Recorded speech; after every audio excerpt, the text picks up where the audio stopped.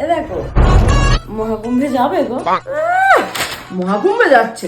তোমার হাঁটুর ব্যথার জন্য না ওষুধ কিনতে কিন্তু আমি ফেল। আরে আমি ঠিক আছি।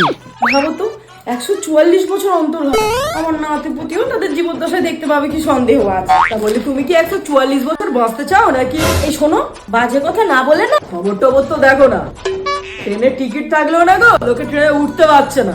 হ্যাঁ, সে আবার কি কথা? আমাদের টিকিট কাটা থাকবে আর অন্য লোক কিনা ট্রেনে উঠবি? আর কি হবে গিন্নি? আরে তাই তো হচ্ছে, দেখতে পাচ্ছ না ট্রেনের কাঁচ মেরে ভেঙে দিচ্ছে, ট্রেনে পাথর ছুটছে, জল ছুটছে। কি কাণ্ড বলো তো। হ্যাঁ, তাই তো বলছি গিন্নি, মহাকুম্ভে যাওয়াটা এবারের মতো বরং থাক। ওই দেখো আবার ঘুম হয়ে গেল বসে। আরে যাও, সন্ধে হয়ে গেল, চাটা করো, খাই। এই দেখো, বলি প্লেনে যেতে কত খরচ হবে গো?